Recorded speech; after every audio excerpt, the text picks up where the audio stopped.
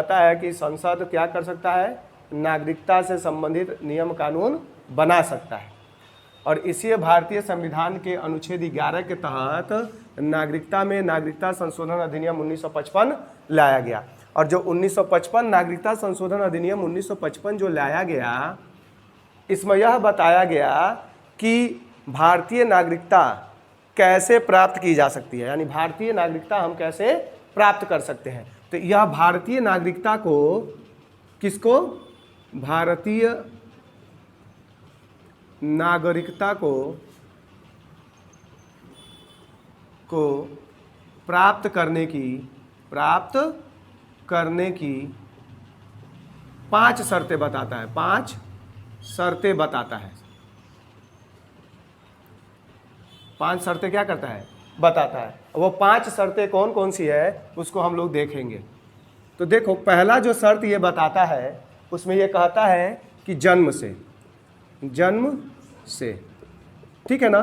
दूसरा इसका शर्त यह बताता है कि अगर भारतीय नागरिकता प्राप्त करनी है तो वंश के आधार पर, वंश परंपरा द्वारा आप भारतीय नागरिकता प्राप्त कर सकते हैं। तीसरी इसकी शर्त है पंजीकरण के द्वारा।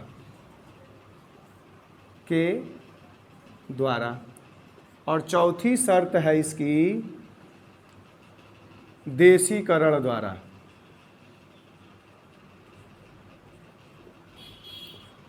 और पांचवी शर्त है इसकी भूमि के अर्जन के द्वारा। किसके अर्जन के द्वारा, भूमि के अर्जन के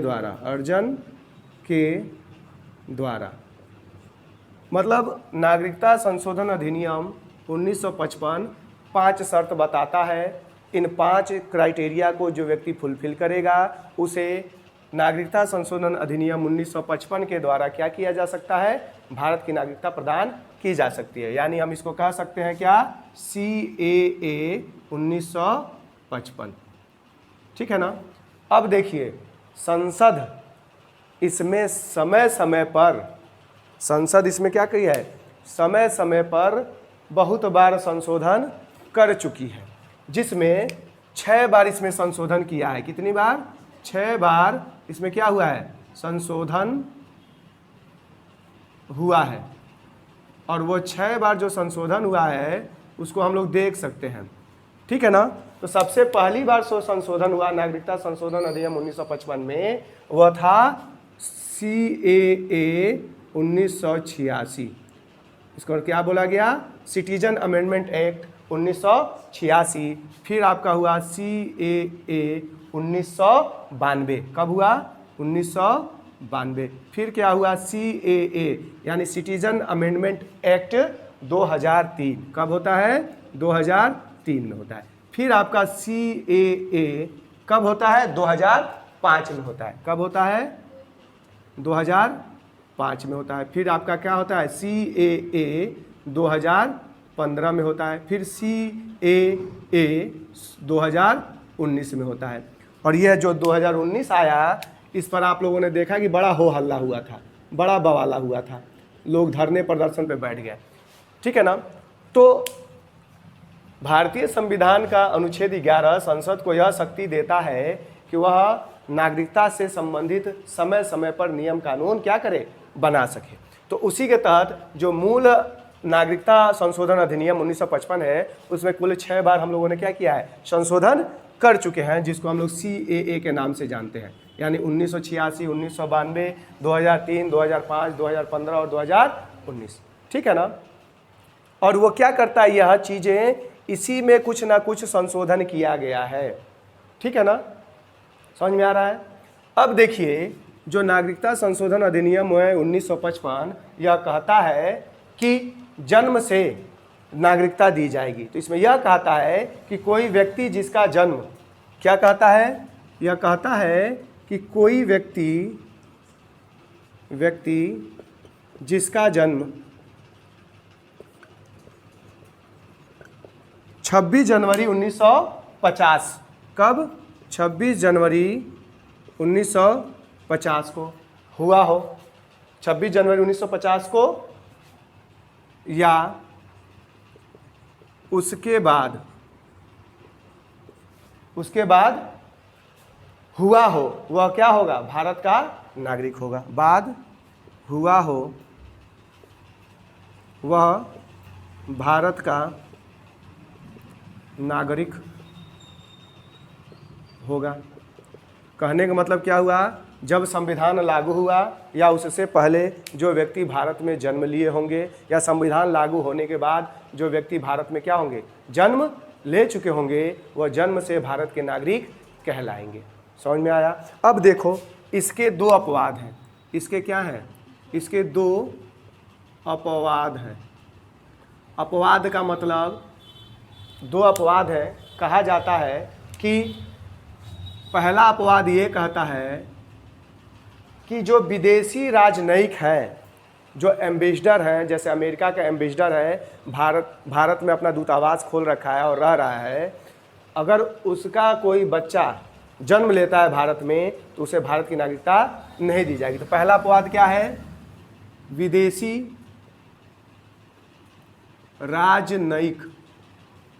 नयिकों के बच्चे, मतलब जन्मे बच्चे जिनका जन्म किस में हुआ हो? भारत में हुआ है। और दूसरा अपवाद क्या है? शत्रु देश के अधीन किसी भूभाग में जन्मे उनके बच्चे। किसके अधीन? शत्रु देश के अधीन उसके भूभाग में जन्मे उनके बच्चे। इन दोनों को नागरिकता नहीं दी जा सकती है जन्म के आधार पर। समझ में आया? अगर मान लीजिए भारत पाकिस्तान का बंटवारा हुआ तो जो हमारा पंजाब प्रांत था, पंजाब का जो सिंध प्रांत था, आधा हमारा किधर चला गया? पाकिस्तान में चला गया। अब पाकिस्तान में जो बच्चे जन्म लिए होंगे वह जन्म से भारतीय नागरिक नहीं माने जाएंगे। दूसरी चीज़ क्या हुआ? जो विदेशी राजनयिक हैं, जो एम्बेसडर हैं, जो भारत में क्या होते हैं? चले आते हैं, भारत में रहते हैं, उनका परिवार रहता है और उनके जो बच्चे भारत में जन्म लेते हैं उन्हें भारतीय नागरिक जन्म से नहीं माना जाएगा। ठीक है ना? तो यह दो अपवाद है जन्म के आधार पर। यानी इन दोनों को हम क्या कर सकते हैं? इन दोनों को हम लोग नागरिकता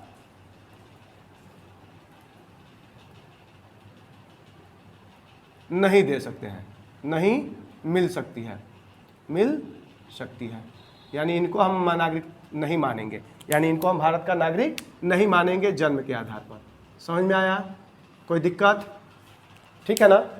अब देखिए अगला जो हम लोग देख रहे हैं, जिस माता या पिता में से, किसमें? माता या पिता में से, ठीक है ना, किसी एक का भारत का नागरिक होना क्या है? आवश्यक है। यानी 1986 जो CAA है ये कहता है कि किसी व्यक्ति को नागरिकता तभी मिलेगी जब उसके माता या पिता में से कोई एक क्या हो? भारत का नागरिक हो। यानी नागरिक होना आवश्यक है। नागरिक होना क्या है? आवश्यक है। तभी CAA 1986 के तहत किसी व्यक्ति को जन्म से नागरिकता दी जा सकती है। समझ में आया? चलिए, वंश और परंपरा के द्वारा अगर हम देखें तो वंश या परंपरा के मतलब यही होता है कि उसके मम्मी या पिताजी में से कोई, जैसे क्या होता है कि हमारे भारत के जो लोग हैं ये कमाने विदेश गए और विदेश जाकर वहीं रह गए, वहीं घर द्वार बना लिए, ज़मीन जायदाद ले लिए और उनके वहीं पे बच्चे जन्म ले लिए। अब वो बच्चे मतलब उनके दादा भारत के नागरिक थे, लेकिन वह विदेश में जाकर घर द्वार बनाकर रह गए और फिर वो मर उड़ गए, वहीं चले गए। लेकिन उनके जो वंशज हैं, ठीक है, वह जब भारत आते हैं तो वह वंश के आधार पर भारतीय नागरिकता का दावा कर सकते हैं और कह सकते हैं कि मेरे माता पिता मतलब मेरे मम्मी और पापा में से कोई क्या होगा? भारत का नागरिक था। तो ऐसे व्यक्ति को वंश के आधार पर भारत की नागरिकता दी जाएगी। तो इसमें कहने का मतलब क्या हुआ कि वंश के आधार पर भारत के बाहर किसी अन्य देश में, कहाँ पर? भारत के बाहर किसी अन्य देश में 26 जनवरी 1950, भारत के बाहर किसी अन्य देश में 26 जनवरी 1950 के बाद या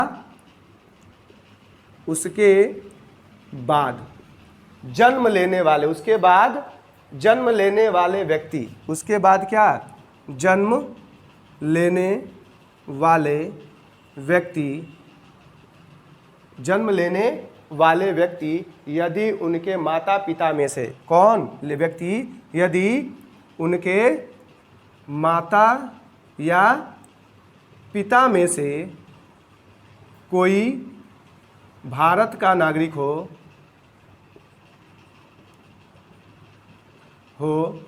तो उसे वंश के आधार पर क्या दी जाएगी, नागरिकता प्रदान की जा सकती है। उनको वंश के आधार पर क्या किया जा सकता है, नागरिकता प्रदान किया जा सकता है। यही जो वंश और परंपरा जो है, इसी में 1992 का जो CAA आता है, ध्यान से देखिएगा, इसी परिप्रेक्ष्य में 1992 CAA 1992 का अधिनियम आता है, CAA 1992 यानी नागरिकता संशोधन अधिनियम 1992। इसमें क्या कहता है, CAA 1992 कहता है माता की नागरिकता के आधार पर, ये क्या कहता है, ये कहता है माता के नागरिकता के आधार पर, माता के नागरिकता के आधार पर विदेश में जन्म लेने वाले व्यक्तियों को नागरिकता प्रदान किया जाएगा। यानी माता के नागरिकता के आधार पर विदेशों में जन्मे व्यक्ति की नागरिकता तय होगी। व्यक्ति की क्या होगी, नागरिकता तय होगी। ये कब किया गया, यह CAA यानी नागरिकता संशोधन अधिनियम 1992 में यह प्रावधान किया गया कि माता की नागरिकता के आधार पर विदेश में जन्मे व्यक्ति को नागरिकता प्रदान किया जाएगा। यानी उसकी माता की नागरिकता डिसाइड करेगी कि आपको वंश या परंपरा के आधार पर नागरिकता मिलेगा कि नहीं मिलेगा। अब देखिए, अब इसी वंश या परंपरा में एक चीज और जोड़ दिया गया। एक चीज क्या जोड़ दिया गया, यह जोड़ दिया गया कि 3 दिसंबर 2004, कब, 3 दिसंबर 2004 को यह प्रावधान किया गया कि अगर कोई व्यक्ति वंश के आधार पर भारतीय नागरिकता का दावा करता है तो उसे 3 दिसंबर 2004 या उसके बाद भारतीय कंसुलेट में, इसमें भारतीय कंसुलेट में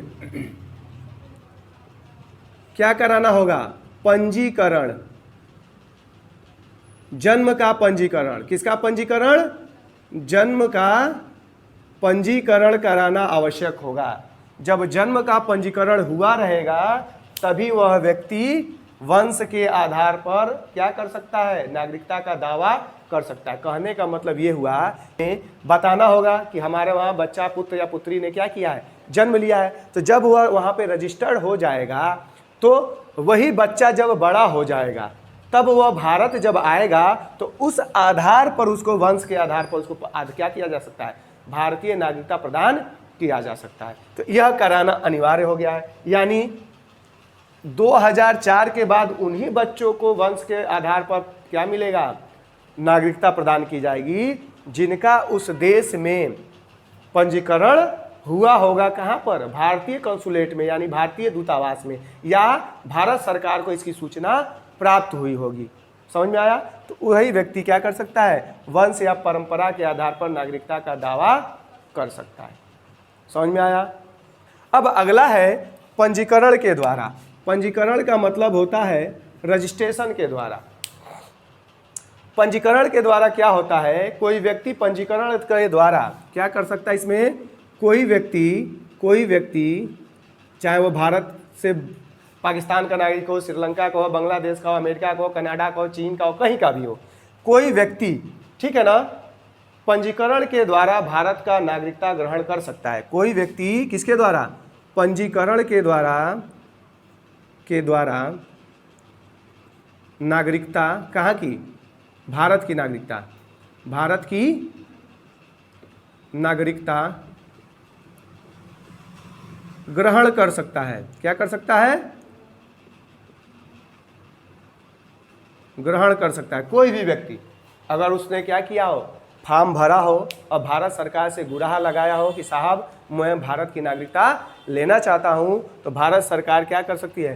पंजीकरण के द्वारा उस व्यक्ति को नागरिकता दे सकती है। लेकिन इसमें एक शर्त था कि अगर व्यक्ति आवेदन किया है तो पहले था उसे 6 माह तक, 6 माह माने 6 महीना तक भारत में रहना था। लेकिन वर्तमान समय में कर दिया गया है क्या? 5 वर्षों तक, यानी 5 वर्षों से वो क्या हो?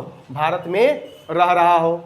ठीक है, भारत में रह रहा हो, यानी 5 वर्ष से ज़्यादा समय से वो भारत में रह रहा हो। ठीक है, वो क्या कर सकता है? पंजीकरण के द्वारा भारतीय नागरिकता का दावा कर सकता है और भारत सरकार को लगेगी तो वह नागरिकता उसको दे सकती है। अब देखिए, ऐसे व्यक्ति जिनका जन्म भारत से बाहर हुआ हो, जो भारत में बाहर से आकर रहने लगे हों और अन्य किसी देश की नागरिकता नहीं लिए हों, तो ऐसे व्यक्ति भारत के क्या होंगे? नागरिकता का दावा कर सकते हैं पंजीकरण के द्वारा। दूसरा हो विदेशी महिला। कोई विदेशी महिला क्या कर दे? किसी भारतीय से विवाह कर ले। मतलब कोई विदेशी महिला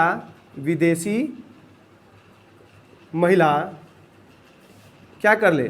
भारतीय से विवाह कर ले, तो उसको पंजीकरण के द्वारा भारतीय नागरिकता प्रदान की जा सकती है। अभी एक केस आपके वहाँ है, सीमा हैदर पाकिस्तान से भाग आई है, सचिन से शादी कर ली है, अब वह रहने लगेगी, तो उसको नागरिकता कैसे दी जाएगी? पंजीकरण के द्वारा दी जाएगी। यानी सीमा हैदर नागरिकता का अगर दावा करती है भारत के, तो उसको पंजीकरण के द्वारा भारत सरकार नागरिक बना सकता है, उसे भारत की नागरिकता मिल सकती है। समझ में आया? अब देखिए, एक अगला आपका है जिसको हम बोलते हैं क्या? भूमि अर्जन के द्वारा। भूमि अर्जन के द्वारा मतलब यही होता है कि अगर भारत किसी क्षेत्र के या किसी दूसरे देश के या किसी नए भूभाग को अपने भारत में शामिल कर लेता है, तो वहाँ के नागरिक स्वच्छ ऑटोमेटिक भारत के नागरिक कहलाएंगे। तो कहने का मतलब क्या हुआ? अगर भारत सरकार किसी भूभाग को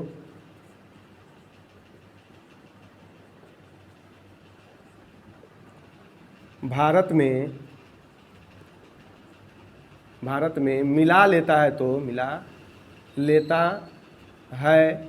तो उस भूभाग के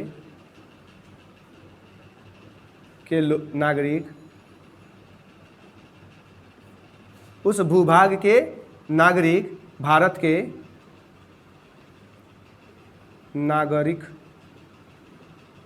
कहलाएंगे। समझ में आया? अगर मान लीजिए कल को नेपाल भारत में आके मिल लेता है, तो लोग नेपाल के नागरिक नहीं होंगे, वो हिस्सा किसका हो गया? भारत का हो गया। तो वहाँ के जो लोग होंगे वो कहाँ के ऑटोमेटिक नागरिक हो जाएंगे? भारत के। पाकिस्तान भारत में मिल गया तो पाकिस्तान के नागरिक कहाँ के हो जाएंगे? चाइना भारत में मिल गया तो चाइना के नागरिक भारत के नागरिक हो जाएंगे ना। कहने का मतलब क्या हुआ? कोई भी भूभाग जब भारत में मिलेगा तो वहाँ के नागरिक ऑटोमेटिक कहाँ के नागरिक हो जाएंगे? भारत के नागरिक हो जाएंगे। समझ में आया? कोई दिक्कत इसमें? अच्छा, एक बच गया आपका देशीकरण के द्वारा, ठीक है ना, के द्वारा नागरिकता। एक बच गया देशीकरण के द्वारा। क्या होता है? सुन लीजिए, लिखने का जगह नहीं है। इसमें क्या कहता है कि जब कोई वयस्क व्यक्ति, वयस्क मतलब जो 18 साल की आयु पूरी कर चुका हो तथा अपने देश की नागरिकता छोड़ चुका हो। मान लो कोई व्यक्ति अमेरिका का है या कनाडा का है, चाहे ब्रिटेन का है, वयस्क है, वह अपने देश की नागरिकता क्या कर चुका हो?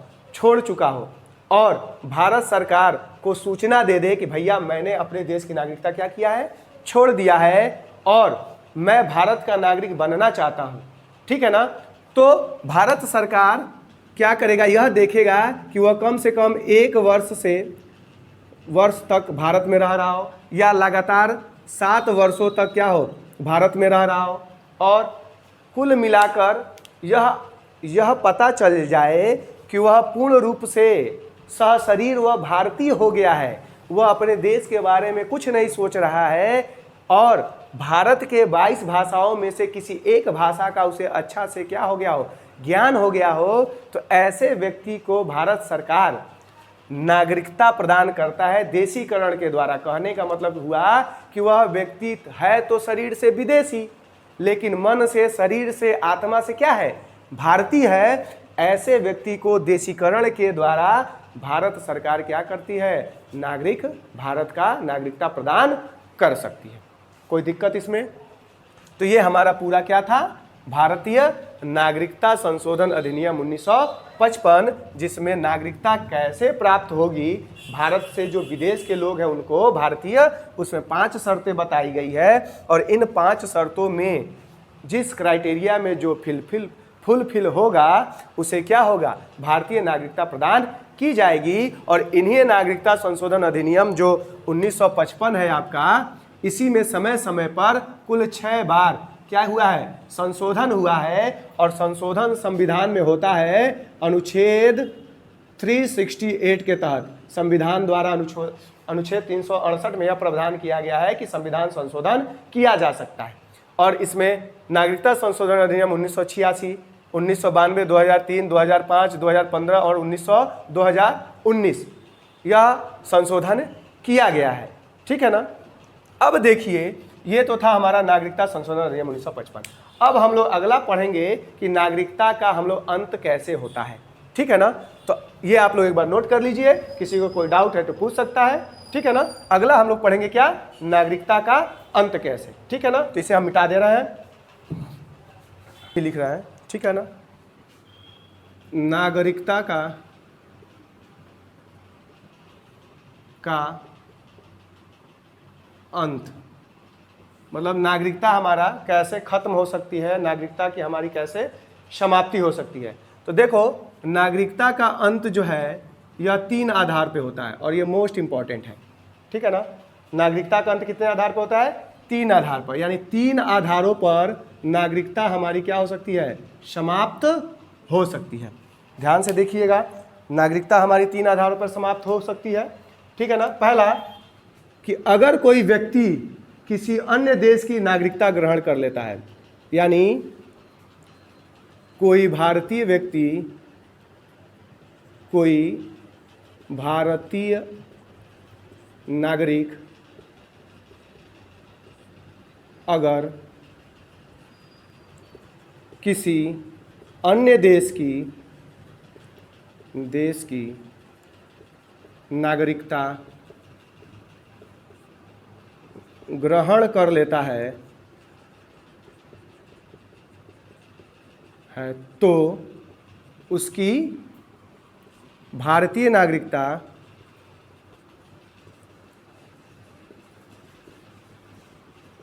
स्वतः समाप्त हो जाएगी। क्या हो जाएगी?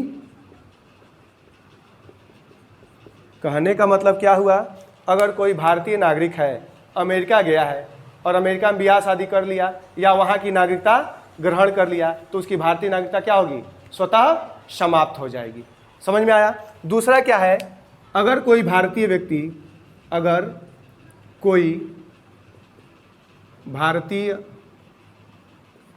व्यक्ति स्वेच्छा से, कैसे, स्वेच्छा से भारतीय नागरिकता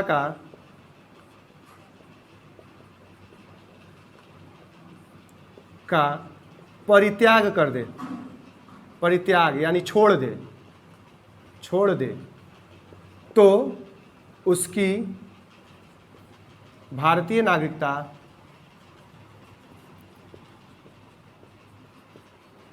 समाप्त हो जाएगी,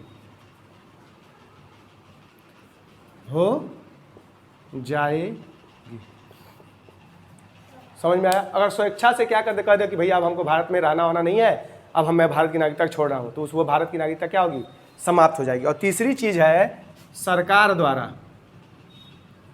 द्वारा किसी भारतीय की नागरिकता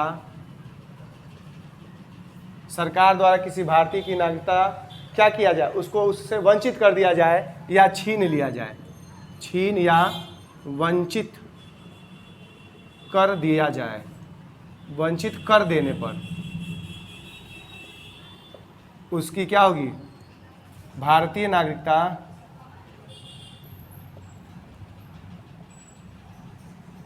समाप्त हो जाएगी।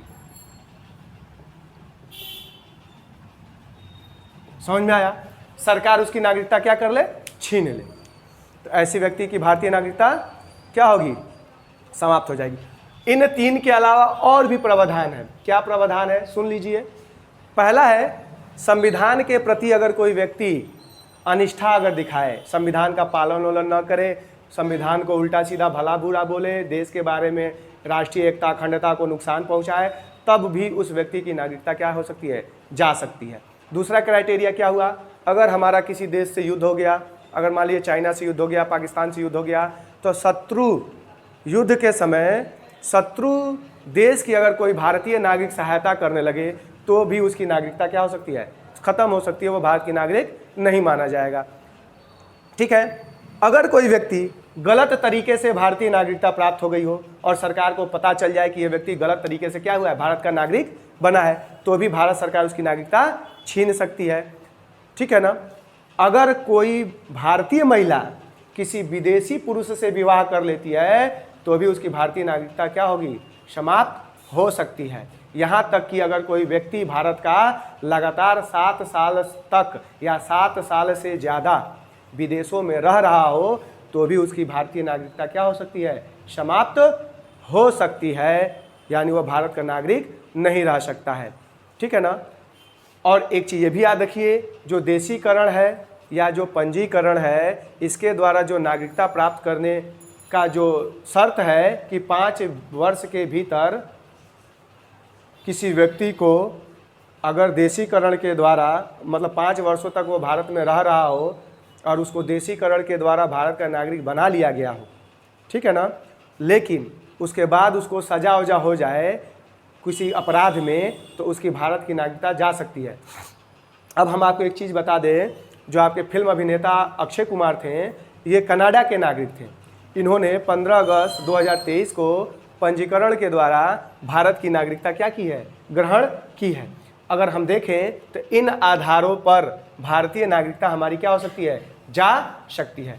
तो पहले की क्लासों में हमने क्या पढ़ा, भारतीय नागरिकता को हमने पढ़ा पहले के क्लास में, जिसको पहले के वीडियो में हमने डाल रखा है। आप पुराने क्लास को पिछले क्लास में जाकर देख सकते हैं। ठीक है ना। तो नागरिकता हमने देखा, भारतीय संविधान के भाग 2 अनुच्छेद 5 से 11 तक भारतीय नागरिकता के बारे में जिक्र किया गया है। हमने आपको ये भी बताया कि नागरिकता जो है ब्रिटेन के संविधान से लिया गया है। भारत में एकल नागरिकता का प्रावधान किया गया, जो कि ब्रिटेन के तर्ज पर है। ब्रिटेन में भी एकल नागरिकता है। हमने आपको ये भी बताया अमेरिका में दोहरी नागरिकता है। नागरिकता का हमने अनुच्छेद 5 से 11 के बारे में जिक्र किया। हमने अभी पढ़ा ही कि संविधान का अनुच्छेद 11 संसद को शक्ति देता है कि नागरिकता में ज़रूरत पड़ने पर समय समय पर संशोधन कर सके। नागरिकता संशोधन अधिनियम 1955 को हमने विस्तार से पढ़ा, कैसे हमें नागरिकता प्राप्त हो सकती है और कैसे हमारी नागरिकता जा सकती है। ठीक है, तो नोट कर लीजिए, कोई डाउट हो तो पूछ सकते हैं। Thank you.